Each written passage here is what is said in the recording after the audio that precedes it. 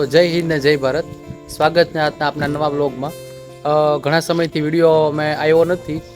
એનું કારણ એક છે કે અમે થોડાક કામમાં છીએ, પર્સનલ રીઝનના કારણે વિડીયો અપલોડ નથી કરી શકતા. મીરભાઈ ગયા છે અમદાવાદ સીપીયુ બિલ્ડ કરાવવા, અને તેને આપણે લેવા જવાના છે. અત્યારે 10 વાગ્યાની બસ હતી, તો અત્યારે વાગી ગયા છે 10:20.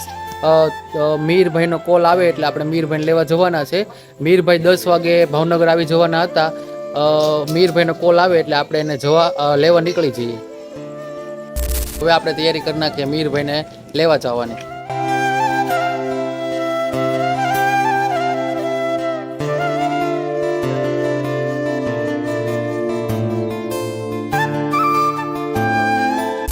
ભાઈનો કોલ આવી ગયો છે, તમે જોઈ શકો છો. અને હવે આપણે એને જઈએ છીએ લેવા.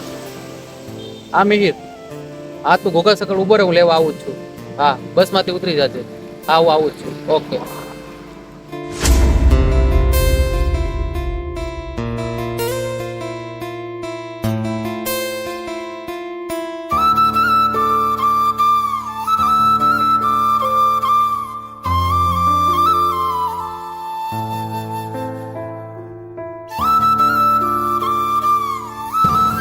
હા, મળી ગયા છે મીરભાઈ. આપણે મીરભાઈ આવી ગયા છે સીપીયુ લઈને. તમે જોઈ શકો છો મીરભાઈને સીપીયુ લઈને આવી ગયા. સીપીયુ લેવા ગયા હતા ગાઈસ, તમે જોવો સીપીયુ લેવા. તો અમે પોગવા આવ્યા છીએ ઘરે. હવે ઘરે પોગી ગયા, ફૂલ નીંદરમાં છીએ, થાકી ગયા છીએ.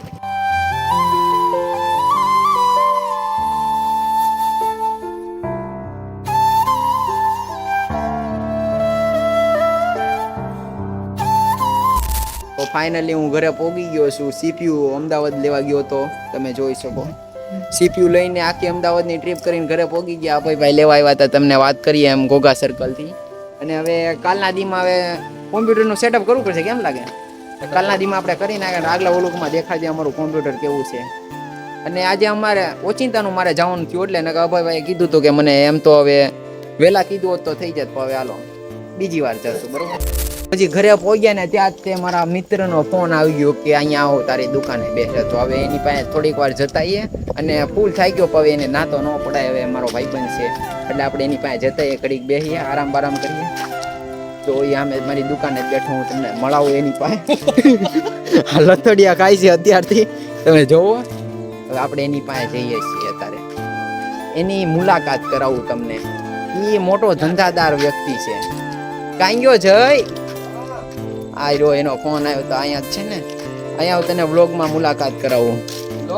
હા, આ અમારો મિત્ર છે, આનું નામ હનીશ. હનીશ આ બિઝનેસમેન છે. આ છે જય, આપણો મિત્ર છે. આનો ફોન આવ્યો એટલે આપણે થાક્યા પાક્યા જે આવ્યા જ છીએ. એનો ફોન આવ્યો તો ડાયરેક્ટ અહીંયા. હનીશ મોઢું દેખાડે છે એટલે એને જવા દો. હેલો ગાઈસ, કહી દો કાક.